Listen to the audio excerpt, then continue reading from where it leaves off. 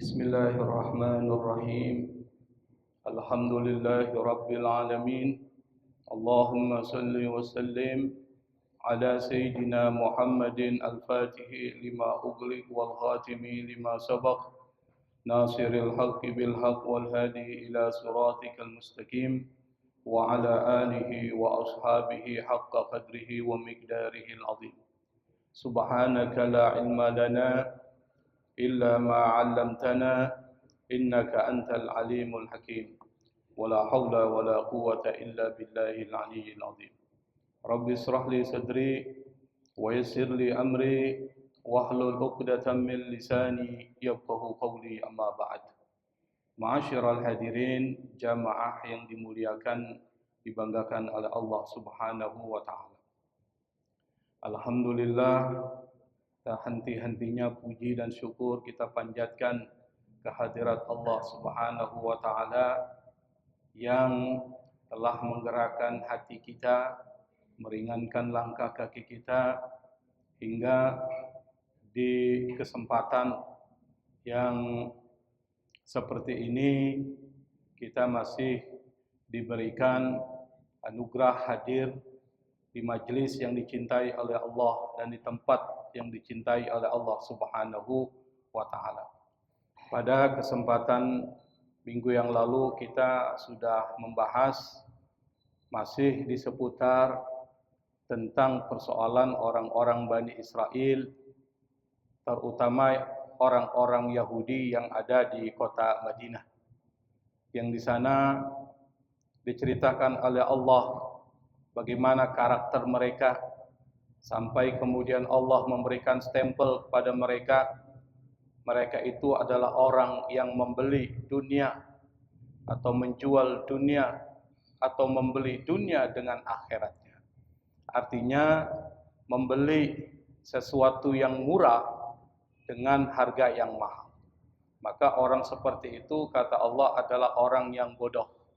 Dan mereka itu kata Allah siksanya tidak akan diringankan oleh Allah Subhanahu wa taala. Nah, pada kesempatan malam ini kita akan melanjutkan bahasan dan kajian kita pada surat Al-Baqarah ayat 87. Allah Subhanahu wa taala berfirman, A'udzubillahi minasyaitonir rajim. Bismillahirrahmanirrahim. وَلَقَدْ آتَيْنَا مُوسَى الْكِتَابَ وَقَفَّيْنَا مِنْ بَعْدِهِ بِالرُّسُلِ وَآتَيْنَا عِيسَى ابْنَ مَرْيَمَ الْبَيِّنَاتِ وَأَيَّدْنَاهُ بِرُوحِ الْقُدُسِ أَفَكُلَّمَا جَاءَكُمْ رَسُولٌ بِمَا لَا تَهْوَى أَنفُسُكُمُ استكبرتم ففريقا كذبتم وفريقا تقتلون. Sadaqallahul Azim. Ayat ini kata Syekh Ali As-Sabuni, beliau mengatakan syuru'un fi bayani jara'ima ukhra lil yahud. Menjelaskan tentang kejahatan-kejahatan lain dari orang-orang Yahudi. Apa kejahatan mereka? Kata Syekh Ali As-Sabuni, beliau mengatakan wahia kufruhum bi ayatillahi wa qatlihimul anbiya. Kejahatan mereka itu adalah ingkar, kafir terhadap ayat-ayat Allah dan pembunuhan mereka terhadap para nabi. Ai wallahu laqad a'tayna Rasulana Musa at-Taurat. Allah Subhanahu wa taala telah memberikan kepada Rasul kita Nabi Musa, yaitu kitab Taurat. Wa atba'na ala atharihi al-katsira minar rusul, yang kemudian dari mereka kata Allah kami menyusulkan dengan para nabi dan rasul. Kalau kita lihat ayat ini adalah ayat yang penuh dengan cerita-cerita yang menarik. Allah mulai dengan walaqad ataina Musal kitaba. Waw di sini adalah waw istinaf, seperti yang sering kita jelaskan. Penting supaya kita mengerti sedikit tentang persoalan tata bahasa Arab. Ada waw ataf yang artinya dan, ada waw istinaf yang itu dimulai di awal kalimat. Dan ini sering saya ulang-ulang supaya tertanam dalam pikiran kita tentang persoalan tata bahasa Arab. Dalam bahasa Arab, waw ini nggak perlu diberikan arti. Karena waw ini fungsinya adalah untuk memperindah satu kalimat. Walaqad, lamnya di sini lam taukid. Qadnya taukid. Taukid itu apa? Taukid itu artinya penguat. Kalau kemasukan dua huruf taukid berarti pernyataan ini bukan pernyataan sembarangan. Tapi serius yang kita perlu memperhatikan. Sama dengan walaqad khalaqnal insan. Pakai laqad. Itu artinya sungguh kami benar-benar. Maksudnya gitu. Berarti yang ngomong Allah. Kalimatnya ada harfu taukid. Berarti kuat. Di sini Allah Subhanahu wa taala mengabarkan kepada kita walaqad ataina, sungguh kami, kata Allah, benar-benar telah memberikan kepada Musa Alkitab. Kepada Nabi Musa, kita pernah bahas siapa Nabi Musa. Nabi Musa itu kan dari kata ini bukan diambil dari kata bahasa Arab Musa, tapi dari bahasa Mesir kuno yang kita sudah jelaskan pada pertemuan-pertemuan sebelumnya. Dan yang diberikan oleh Allah Subhanahu wa taala kepada Nabi Musa itu adalah Alkitab. Apa itu Alkitab? Alkitab itu artinya Taurat. Kenapa Taurat disebut dengan Alkitab? Sesuatu yang ditulis namanya Alkitab. Makanya Injil pun disebut dengan Alkitab. Yang artinya firman Allah yang ditulis, termasuk Al-Quran juga disebut dengan Alkitab. Jadi Alkitab bisa merujuk kepada kitab Taurat, merujuk kepada kitab Injil, dan merujuk juga kepada kitab Al-Quran. Kenapa? Karena di dalam kata ini mengandung pengertian firman Allah yang ditulis di dalam tulisan-tulisan. Ada yang ditulis di pelepah korma, ada yang ditulis di batu. Nah, termasuk Taurat. Dan kitab Taurat ini bukan cuma wahyu yang diturunkan Allah kepada Nabi Musa, tapi Nabi Musa juga diturunkan kepadanya suhuf. Jadi ada suhuf, ada Alkitab Taurat. Di dalam surat Al-A'la itu ada tuh. Suhufi Ibrahim wa Musa. Suhuf Ibrahim dan suhuf Nabi Musa. Ada berapa suhuf Nabi Musa? Ada 10 suhuf. Apa itu suhuf? Jamak dari sahifah, artinya lembaran-lembaran firman Allah. Nah, selain 10 suhuf ini, Nabi Musa juga diberikan Allah Subhanahu wa taala kitab At-Taurat atau Alkitab atau sama dengan Taurat.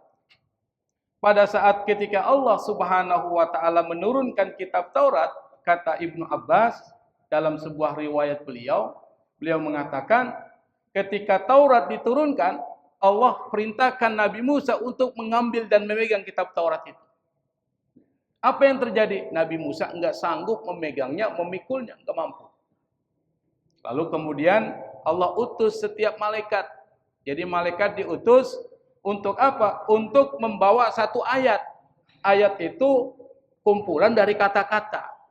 Diutus malaikat, tuh pegang tuh kitab Taurat, tapi satu ayat, satu malaikat. Ternyata malaikat juga enggak mampu, Pak. Lalu kemudian Allah turunkan malaikat diutus oleh Allah untuk memegang bukan cuma satu ayat tapi satu huruf. Satu malaikat satu huruf pegangnya. Malaikat juga nggak sanggup. Akhirnya Allah Subhanahu wa taala kemudian meringankan kepada Nabi Musa untuk bisa membawa kitab Taurat. Kalau Allah tidak ringankan kitab Taurat yang berat dalam pengertian bahwa ajaran-ajaran ini adalah ajaran-ajaran yang berat disampaikan kepada kaum Bani Israel. niscaya Nabi Musa tidak akan mampu membawanya. Makanya Nabi yang paling sering disebut oleh Allah dalam Al-Quran itu Nabi Musa. Kenapa? Perjuangan Nabi Musa menghadapi orang-orang yang karakternya luar biasa jahat. Siapa? Bani Israel. Karakternya diceritakan oleh Allah dalam Al-Quran itu jahat semua. Melanggar janji, membunuh para nabi dan sebagainya. Nabi Musa diutus kepada mereka. Sampai-sampai Nabi Musa juga nggak sanggup. Tapi kalau bukan karena pertolongan Allah Subhanahu wa Ta'ala, niscaya Nabi Musa akan gagal. Nah, setelah itu Allah mengatakan wa qaffayna min ba'dihi birrusul. Apa maksudnya? Maksudnya adalah setelah kami turunkan kepada Nabi Musa kitab Taurat, kami juga susulkan kepada Nabi Musa setelah Nabi Musa itu adalah para rasul. Bapak tahu jarak antara Nabi Musa dan Nabi Isa diturunkannya Rasul itu ada berapa jumlah Rasul? Jumlah Nabi. Jadi Nabi Musa ini masa hidupnya dengan Nabi Isa. Berarti kan ada yang kosong tuh. Betul nggak betul? Kira-kira Allah utus berapa Nabi dan Rasul di situ? Ada yang tahu nggak? Yang tahu 100.000. Lumayan nih. Naikin 200.000. Kayak judi online Pak ya. Saya tanya begini karena saya yakin gak ada yang tahu kan. Makanya saya berani ngasih 200.000. Tambah lagi 300.000. Gak ada yang tahu. Ada di dalam kitab tafsir itu 70.000 nabi. Jadi antara Nabi Musa dan Nabi Isa itu ada 70.000 nabi diutus oleh Allah. Tapi ada juga yang mengatakan 4.000. Semua nabi-nabi sebelum Nabi Isa ini mereka menjalankan syariatnya Nabi Musa, yaitu kitab Taurat. Dan mereka ini diperintahkan Allah untuk mengamalkan kitab Taurat dan menyampaikan kitab Taurat ajaran-ajaran itu kepada umat-umat mereka. Jadi di antara fatrah masa antara Nabi Musa dan Nabi Isa yang berlaku tuh syariatnya Nabi Musa, syariat Taurat. Dan kemudian setelah itu terputus syariat Taurat. Apa yang terjadi? Wa ataina Isa bin Maryam al-bayyinat. Kemudian kami turunkan kepada Nabi Isa putra Maryam al-bayyinat. Nah, Nabi Isa ini itu diambil dari bahasa Ibrani, Isa, dari kata Yasu'a. Makanya ada yang menyebut Yasu'a. Apa artinya itu? Mulia. Jadi kata Isa itu artinya mulia atau orang yang diberkahi. Makanya pada saat ketika Nabi Isa dilahirkan oleh Maryam, Siti Maryam kan membawa Nabi Isa orok kepada kaumnya langsung kemudian menuduh Siti Maryam berzina. Kenapa? Karena Siti Maryam dikenal orang yang tidak punya suami. Dia hidupnya hidup dalam pengertian mengabdikan dirinya di mana? Di Baitul Maqdis. Tidak pernah bersentuhan dengan laki-laki, tidak pernah ketemu laki-laki, tidak pernah pacaran, orang yang bersih dan suci. Maka disebut dengan the Virgin Mary itu. Kalau dalam bahasa Inggris siapa? Maria yang suci. Karena nggak pernah tersentuh. Tiba-tiba Maryam hamil. Geger nggak Pak? Di sini dikemangkisan kalau ada orang yang soleh, perempuan yang soleh, tiba-tiba hamil nggak pernah pacaran, geger nggak Pak? Geger Pak. Apalagi ini Siti Maryam. Bani Israel punya karakternya model seperti itu. Dituduhlah Siti Maryam sebagai pezina. Kenapa? Kata mereka, ya Maryam, bapakmu bukan orang sembarangan. Keluargamu bukan orang sembarangan. Kenapa kau bisa melahirkan seorang bayi? Siti Maryam tidak menjawab. Dia berpuasa. Nazar tu sauman. Dia nazar tidak akan bicara. Lan ukallimal yauma insiya.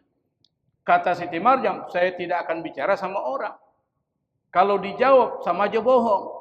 Orang-orang model begitu, kalau nuduh kita melakukan kejahatan dibalas Pak, tambah repot. Makanya salah satu yang bisa dipelajari dari Maryam, cuekin aja. Itu penting tuh. Karena kalau ada orang ngomong jelek ke kita nggak pernah melakukan, kita balas, tambah ribut. Betul Pak ya? Kita biarin aja. Lama-lama juga hilang sendiri tuh. Kan begitu. Siti Maryam diam. Akhirnya yang membela ibunya siapa? Nabi Isa alaihi salatu wassalam. Dalam keadaan digendong, masih bayi, Nabi Isa berkata, qala inni abdullahi ataniyal kitaba wa ja'alani mubarakan aynama kuntu wa usani bis salati waz zakati ma dumtu hayya. Kaget orang-orang Bani Israel. Kenapa? Kok ada anak orok bisa ngomong fasih lagi? Dan bahasanya bisa dimengerti. Apa kata Nabi Isa? Inni abdullah, saya ini hamba Allah. Saya ini diberikan Allah Alkitab. Sudah dijelaskan kepada kaumnya. Bahwa aku ini diberikan Allah Alkitab. Berarti dia mengatakan semenjak lahir dia sebagai Nabi. Lalu apa dia bilang? Wa ja'alani nabiyya. Dan aku dijadikan sebagai Nabi. Wa ja'alani mubarakan aynama kuntu. Dan aku dijadikan mubarak, diberkahi. Maka dari kata itu diambil kata Isa. Mubarakan aynama kuntu. Dimanapun aku berada, aku akan diberkahi oleh Allah Subhanahu wa ta'ala. Dan aku diwasiatkan Allah, kata Nabi Isa orok, apa? Melaksanakan sholat, mengeluarkan zakat. Berarti syariat sholat dan syariat zakat ada pada zaman Nabi Isa. Bukan cuma Nabi Isa, Nabi Musa juga sama, dan nabi-nabi seterusnya, sampai Nabi Adam, syariat zakat dan syariat sholat itu disyariatkan oleh Allah Subhanahu wa ta'ala. Gimana bentuknya sholat? Saya sudah menjelaskan, sama dengan sholatnya Nabi Muhammad sallallahu alaihi wasallam. Yang membedakan apanya? Waktu-waktunya yang berbeda. Gerakan-gerakannya sama. Karena Nabi pernah mengatakan, kami para nabi diperintahkan oleh Allah, salah satunya adalah meletakkan tangan kanan di atas kiri pada saat melaksanakan sholat. Berarti dari zaman Nabi Adam sampai zaman Nabi Muhammad sallallahu alaihi wasallam, sholatnya itu begini tuh.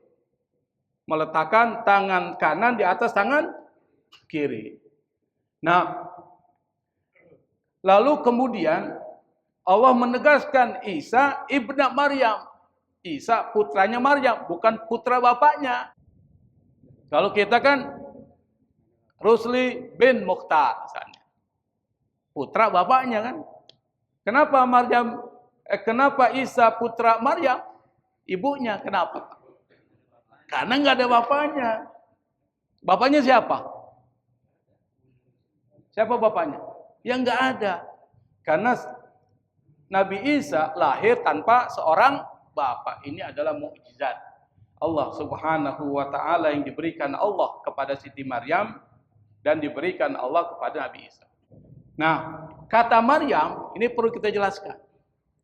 Dan ini ditemukan di dalam tafsir Al-Kasyaf karya Zamakhsyari, seorang ulama Mu'tazilah tapi mufassir. Beliau menjelaskan kata Maryam itu bukan dari bahasa Arab, Maryam, tapi dari bahasa Ibrani yang artinya adalah al-khadim. Apa khadim? Pelayan. Jadi kata Maryam itu artinya pelayan, pengabdi. Kenapa? Karena pada saat ketika ibunya Siti Maryam yang bernama Hana itu mengandung, lalu dia bernazar. Apa nazarnya? Nazarnya itu adalah akan memberikan anaknya ini yang belum dia ketahui apakah laki-laki atau perempuan, akan ditempatkan di tempat namanya Baitul Maqdis sebagai pelayan, pengabdi. Kalau di sini namanya marbot, Pak, marbot. Marbot itu dari bahasa Arab, marbut. Apa tuh marbut? Terikat. Makanya Allah mengatakan nanti di akhirat ada 7 kelompok yang mendapatkan naungan dari Allah Subhanahu wa ta'ala. Nah, salah satunya adalah rajulun qalbuhu mu'allaqun fil masjid. Orang yang hatinya terikat dengan masjid. Marbut tuh. Marbut kerjanya di mana? Masjid. Dia bersihin masjid. Pokoknya segala sesuatu terkait dengan masjid dia bersihkan. Kalau niatnya karena Allah Subhanahu wa taala, maka termasuk rajulun qalbuhu mu'allaq fil masjid. Orang yang hatinya terikat dengan masjid. Maka dia nanti pada saat padang mahsyar, orang pada kepanasan, dia enggak kepanasan, Pak. Salah satunya itu tadi. Ada 7. Yang 6 itu nanti kita akan bicarakan pada kesempatan yang lain. Tetapi salah satunya terkait dengan orang yang mengabdi di masjid. Sama dengan Siti Maryam. Ibunya Siti Maryam ternyata yang dilahirkan bukan laki-laki. Yang dilahirkan adalah perempuan. Gimana nih? Fataqabbalaha rabbuha biqabulin hasanin wa ambataha nabatan hasana wa kaffalaha Zakaria. Allah meskipun bukan laki-laki tetap Allah terima. Nazarnya ibunya Siti Maryam menempatkan Maryam sebagai pelayan untuk Baitul Maqdis. Makanya Siti Maryam enggak pernah keluar dari mihrab. Dia membersihkan dirinya, membersihkan hatinya, sampai kemudian kata Allah, Allah pilih Siti Maryam, dan Siti Maryam adalah nanti akan menjadi penghulu para perempuan-perempuan di surga. Bahkan pada saat lahirnya Nabi Muhammad sallallahu alaihi wasallam, Siti Aminah sedang mengandung dan akan melahirkan anak, hadir tuh. Kata Syekh Barzanji itu. Ya, hadara lailata maulidihi Asiyatu wa Maryamu fin nisa'i minal hadiratil qudsiyah. Kan ada kan? Hadara ummahu, hadir kepada ibunya Nabi Muhammad sallallahu alaihi wasallam lailata maulidihi, malam kelahirannya. Siapa? Asiyatu, Siti Asia. Siapa Siti Asia? Istrinya Fir'aun yang solehah. Yang kedua, wa Maryamu, dan Siti Maryam fin niswati minal hadiratil qudsiyah. Perempuan-perempuan yang mereka ini berasal dari tempat-tempat yang suci. Jadi hadir ya Siti Maryam pada saat Nabi Muhammad sallallahu alaihi wasallam dilahirkan melalui rahim Siti Aminah. Dan Maryam ini kemudian mengabdi. Saking hebatnya Siti Maryam, sampai Siti Maryam dipuji oleh Allah, disebutkan 34 kali dalam Al-Quran. Dan Siti Maryam ini kemudian dijadikan satu nama di dalam surat dalam Al-Quran. Surat keberapa itu? Surat ke-19 Siti Maryam. Surat 20 Toha. Kalau ada nama yang dimasukkan menjadi salah satu nama surat, berarti ini orang penting. Surat yang ke-19 namanya Maryam. Isa putra Maryam. Apa yang Allah turunkan kepada Isa putra Maryam? Al-Bayyinat. Al-Bayyinat itu dalam bahasa Arab dari kata bana yabinu, jelas.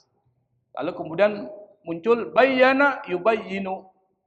Artinya memperjelas sesuatu. Maka disebut dengan mubayyinat. Sesuatu yang memperjelas kenabian dari Nabi Isa alaihi salatu wassalam. Apa disebutkan maksud dari al-mubayyinat di sini adalah al-mu'jizat wal al-wadihat. Kata Syekh Ali As-Sabuni, wa ataina Isa al-mu'jizatil wadihat. Kami berikan kepada Nabi Isa al-bayyinat, maksudnya adalah al-mu'jizat al-wadihat. Mukjizat yang jelas. Kata mukjizat itu diambil dari bahasa Arab. Ajaza, lemah. Kalau membuat sesuatu menjadi lemah namanya ajaza. Kemudian jadi mukjiz karena banyak mukjizat. Itu bahasa Arab. Makanya orang yang lemah disebut dengan ajuz. Pernah dengar kata ajuz? Ini ajuz aneh nih. Maksudnya apa? Anda punya ibu, Anda punya nenek. Itu namanya ajuz. Itu dari bahasa Arab. Ajuz itu lemah. Udah nggak bisa ngapa-ngapain. Udah tua. Itu ajuz. Nah, dari kata itu muncul kata mukjizat. Sesuatu yang membuat orang menjadi lemah. Untuk menantang dia. Itu namanya mukjizat. Apa mukjizat Nabi Isa? Di dalam Al-Quran dijelaskan. Apa? Yang pertama, Nabi Isa mampu menghidupkan orang mati. Kenapa mukjizatnya itu? menghidupkan orang mati. Karena orang-orang Bani Israel pada zaman Nabi Isa, mereka adalah orang yang nggak percaya adanya hari kebangkitan, Pak. Nggak percaya adanya kematian dan setelah mati ada kebangkitan. Mereka nggak percaya. Meskipun mereka Bani Israel, keturunan dari Nabi Yakub, tapi mereka punya watak seperti itu. Orang-orang sekarang banyak yang begitu, nggak percaya tentang akhirat, nggak percaya tentang hari kebangkitan. Maka Nabi Isa, salah satu mukjizatnya selain kitab Injil adalah mampu menghidupkan orang mati. Bahkan Nabi Isa itu telah menghidupkan orang yang meninggal sebanyak 3 orang. Di dalam kitab tafsir disebutkan yang pertama adalah temannya pada masa lalu. Temannya Nabi Isa pada masa lalu meninggal. Nabi Isa doa lalu kemudian orang itu dihidupkan kembali. Namanya Lazarus. Itu satu. Yang kedua, anak perempuan dari seorang lelaki tua yang sudah meninggal. Nabi Isa berdoa lalu kemudian orang itu hidup kembali. Dan yang ketiga adalah anak lelaki dari seorang janda yang sebatang kara. Kalau seandainya dia meninggal, kasihan ini janda ini. Maka Nabi Isa doa kepada Allah, hidupkan. Lalu orang itu dihidupkan Allah Subhanahu wa ta'ala. Tetapi orang tersebut baru meninggal. Nabi Isa doain langsung, Allah hidupkan kembali. Sama dengan seorang raja yang meninggal, Nabi Isa datang ke raja itu. Lalu kemudian Nabi Isa berdoa, raja itu kemudian dihidupkan kembali. Itu yang baru terjadi. Orang-orang Bani Israel bilang, ya jelas aja ente bisa ngidupin, baru meninggal. Itu orang Yahudi itu, Pak. Udah ada bukti yang jelas, yang mati hidup kembali. Apa kata orang Yahudi? Orang Bani Israel yang wataknya seperti itu. Jelas saja ente bisa, baru meninggal. Coba dong yang sudah ratusan tahun yang lalu, ribuan tahun yang lalu, bisa nggak ente hidupin? Dia tantang. Nabi Isa ditantang oleh Bani Israel. Apa kata Nabi Isa? Tunjukkan di mana orang yang saya akan hidupkan kembali dengan izin Allah. Yang sudah mati ratusan ribuan tahun yang lalu. Akhirnya mereka bawalah Nabi Isa ke satu makam. Makam yang sangat tua. Makamnya siapa? Makam Sam bin Nuh. Sam putranya Nabi Nuh. Ayo bayangkan Nabi Nuh itu zaman dulu, Pak. Setelah Nabi Adam, zaman Nabi Nuh. Zaman Nabi Adam, Nabi Syed, baru Nabi Nuh. Nabi Nuh masih keturunan dari Nabi Adam. Semuanya Nabi Adam. Akhirnya, orang Bani Israel, nih, kuburan putra Nabi Nuh, bisa nggak ente hidupin? Tantang. Nabi Isa alaihi salatu wassalam langsung melaksanakan sholat 2 rakaat. Berarti sholatnya sama dengan kita. Sholat 2 rakaat, setelah selesai sholat, Nabi Isa angkat kedua tangannya, dia minta sama Allah, ya Allah dengan kekuasaanmu, hidupkan orang ini. Jadi bukan karena Nabi Isa mampu menghidupkan orang mati, bukan, Pak. Dengan izin Allah Subhanahu wa ta'ala. Bahkan malaikat Israel aja, dia bilang, seandainya saya disuruh mencabut ruhnya nyamuk, saya tidak akan bisa mencabut ruhnya nyamuk. Kecuali Allah yang perintahkan. Sampai malaikat Israel bilang seperti itu. Apalagi Nabi Isa. Setelah Nabi Isa berdoa, tiba-tiba itu kuburan terbelah, Pak. Muncullah orang di atas. Bangun, orang itu pucat, kaget. Kemudian beruban langsung. Rambutnya beruban, jenggotnya beruban, kumisnya beruban. Kaget dia. Apa yang terjadi? Saya pikir ini tiupan sangkakala. Terjadilah kiamat. Pikirannya udah hari kebangkitan. Kaget. Ternyata Nabi Isa yang minta sama Allah dihidupkan. Terjadilah dialog. Dialog antara Nabi Isa dengan Sam bin Nuh. Nabi Isa bertanya, ya Sam, sudah berapa tahun kau mati tadi? Kira-kira ratusan tahun yang lalu. Kemudian bisa kau ceritakan peristiwa terkait dengan banjirnya Nabi Nuh. Yang zaman Nabi Nuh kan banjir besar tuh. Diceritain sama Sam bin Nuh. Lalu kemudian Nabi Isa bilang, padahal waktu engkau meninggal, engkau tidak seperti ini rambutnya. Kok kenapa sampai putih seperti ini? Apa dia bilang? Saya pikir ini hari kiamat. Saya pikir ini hari kebangkitan. Saking takutnya saya, maka seperti ini. Dan kamu tahu ya Isa, sakitnya sakaratul maut sampai sekarang belum hilang. Dia cerita. Jadi sakaratul maut sakitnya Pak, sampai 100 tahun meninggalnya Sambinu masih mengatakan saya masih merasakan sakitnya sakaratul maut.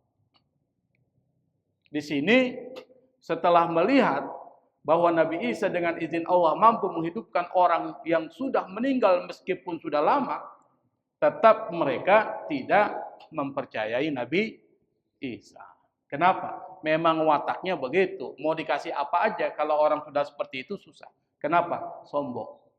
Di dalam dirinya ada penyakit-penyakit hati. Orang kalau ada penyakit hati, Pak, mau diingetin apa aja susah. Karena udah gelap. Mau dimasukin apa aja udah tertutup. Makanya Allah mengatakan khatamallahu ala qulubi. Allah sudah tutup mati hatinya, susah mau masuk apa aja. Diajakin ngaji, susahnya minta ampun. Apalagi mengajak orang untuk mengaji, diajak aja susahnya minta ampun. Setelah itu, mukjizat berikutnya apa?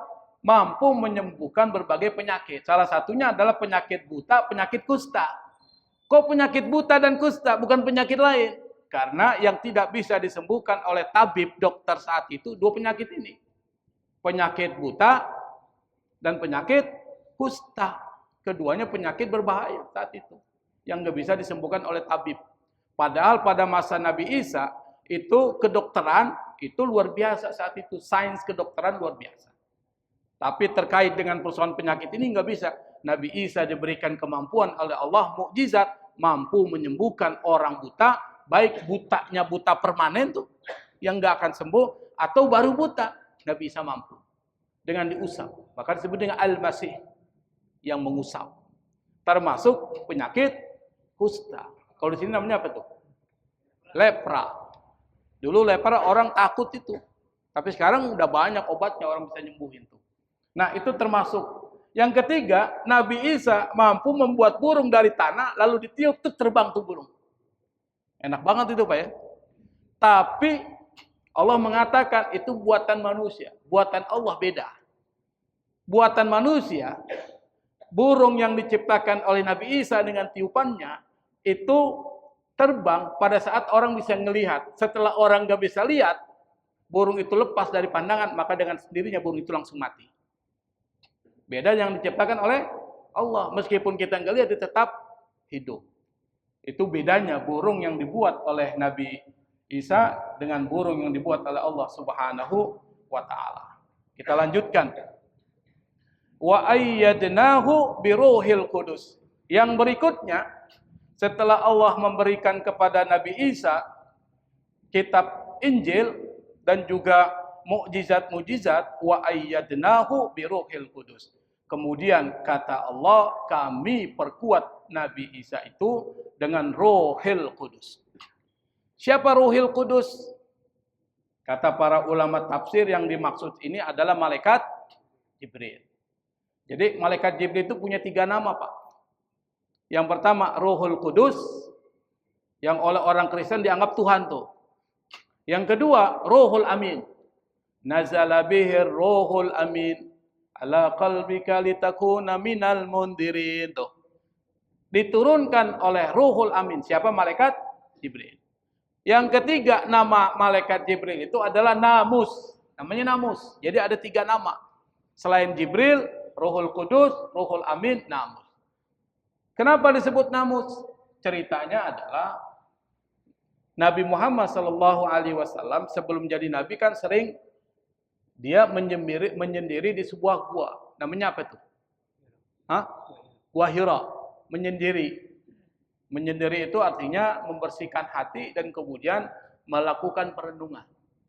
Satu ketika usia 40 tahun datang tuh sesuatu yang aneh bagi Nabi Muhammad SAW, mengajarkan dia untuk membaca.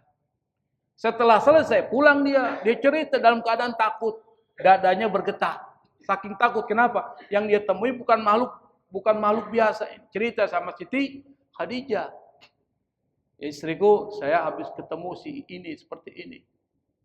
Dengan keadaan bergetar, hatinya bergetar, dalam keadaan takut, akhirnya Siti Khadijah ajak dia ke pamannya. Namanya Waraqah bin Naufal. Seorang ulama dari agama Nasrani. Tanassara. Seorang laki-laki yang beragama Nasrani yang dia tahu itu akan datang Nabi terakhir. Diajaklah Nabi Muhammad SAW sebelum jadi Nabi, lalu cerita kepada Waraqah bin Naufal. Apa kata Waraqah bin Naufal? Yang turun kepada engkau itu adalah namus. Seperti yang turun kepada Nabi Musa dan Nabi Isa. Berarti namus di sini siapa? Malaikat Jibril. Jadi yang ngurus terkait dengan wahyu cuma satu malaikat aja, malaikat Jibril. Karena malaikat Jibril mengurus persoalan wahyu, maka perlu orang yang al-amin, yang amanah. Kenapa disebut dengan ruh? Karena malaikat itu datang kepada para nabi membawa sesuatu yang itu bisa menghidupkan ruh kita. Bisa menghidupkan hati kita. Apa? Ajaran-ajaran agama. Agama yang diturunkan Allah Subhanahu wa taala kepada Nabi Musa, kepada Nabi Isa, dan juga kepada Nabi Muhammad SAW. Maka disebut dengan ruh. Ruhul Amin, Ruhul Qudus, ruh yang suci, dan ruh. Dan satu lagi adalah siapa? Namus. Itu harus paham, Pak. Dan malaikat Jibril karena posisinya sangat mulia dan merupakan rais, ketua para malaikat, maka dia punya keutamaan. Apa? Sayapnya itu sampai 600 sayap. Jadi malaikat itu ada 1 sayap, 2 sayap. Kalau masih 1 itu masih kelas bawah, Pak, ciri-ciri. Tapi kalau sudah 600 tuh, itu udah tinggi. Makanya malaikat Jibril itu dapat menempuh jarak sejauh 300.000 tahun. Setelah Nabi selesai, maka wahyu terputus. Apa tugasnya malaikat Jibril setelah itu? Apakah nganggur? Ada yang tahu nggak, Pak? Ada yang tahu nggak? Tugasnya malaikat Jibril apa? Selain bertasbih kepada Allah Subhanahu wa taala, beliau juga kalau ada orang yang mau meninggal, yang meninggal itu dia berwudu, maka malaikat Jibril akan datang menghadiri kematian orang yang meninggal dalam keadaan berwudu. Maka kalau Anda dalam keadaan sakaratul maut, wudu. Wudu. Kemudian baca apa tuh? Surat Al-Ikhlas. Sebelumnya kan kita udah mulai tahu, kayaknya dia mau mati saya ini. Udah mau mati ini. Udah rasa-rasa ini nih kan. Karena orang-orang yang sudah meninggal itu sekitar sebulan sebelumnya udah ada tanda-tanda, Pak. Udah ada kelihatan tuh. Pertama apa? Makan enggak kurang enak. Kurang enak. Pokoknya lain, ngelihat dia lain. Bapak pernah ngelihat orang lain. Tiba-tiba dia meninggal setelah itu. Itu tanda-tandanya. Apanya? Rizkinya mulai berkurang sedikit-sedikit. Sampai selesai. Selesai. Maka kemudian jatuhlah itu warakah. Apa? Daun. Daun itu dilihat oleh malaikat Israel. Malaikat Israel ngelihat kepada orang tersebut. Turunlah 4 malaikat yang membantu malaikat Israel mencabut. Setelah sampai di ruh, sampai tenggorokan ini, baru dicabut oleh malaikat Israel. Maka malaikat Israel itu ada pembantunya. Sebanyak 4 orang. Yang satu kaki kanan, kedua kaki kiri, yang ketiga tangan kanan, yang satu lagi tangan kiri, Pak. Ditarik. Sakit, Pak. Makanya rasanya sakaratul maut kata Sambinu sampai sekarang belum hilang-hilang itu sakitnya. Yang tahu siapa? Orang yang ngalamin, Pak. Nanti kita akan ngalamin seperti itu. Makanya kalau sakit-sakit menjelang kematian, perbanyak membaca surat Qul. Berwudu. Supaya mati kita dalam keadaan berwudu dan kita mati dalam keadaan mengesahkan Allah Subhanahu wa taala. Barang siapa yang membaca surat Qul lalu meninggal, malaikat Munkar Nakir tidak mau bertanya kepada orang tersebut. Kata Syekh Nawawi Al-Bantani dalam kitab Nurul Dolah. Nah, sekarang pertanyaannya adalah wa ayyadnahu biruhil qudus. Kata Allah, kami perkuat Nabi Isa dengan Ruhul Kudus. Pertanyaannya gimana caranya? Ini yang perlu kita pahami. Yang pertama adalah Nabi Isa diperkuat oleh malaikat Jibril, yaitu kitab Injil yang diturunkan kepada Nabi Isa melalui malaikat Jibril. Itu satu. Kata para ulama tafsir. Yang kedua, malaikat Jibril memberikan ilham dan inspirasi kepada Nabi Isa sehingga Nabi Isa dapat melakukan mukjizat-mukjizat tadi itu. Apa? Menghidupkan orang mati, kemudian menyembuhkan orang berpenyakit buta dan kusta. Yang ketiga, mampu membuat burung dengan tanah liat. Itu ilham diberikan oleh Allah melalui malaikat Jibril. Yang ketiga, malaikat Jibril selalu memberikan kekuatan keteguhan hati kepada Nabi Isa. Kenapa? Nabi Isa tuh suka dibully oleh Bani Israel. Nabi Isa. Makanya orang-orang Yahudi sekarang, Pak, menganggap Nabi Isa itu dianggap adalah putra hasil perzinahan, anak zina. Sampai sekarang. Dan mereka tuh benci banget dengan Nabi Isa. Ini orang-orang Yahudi sendiri. Padahal mereka satu keturunan.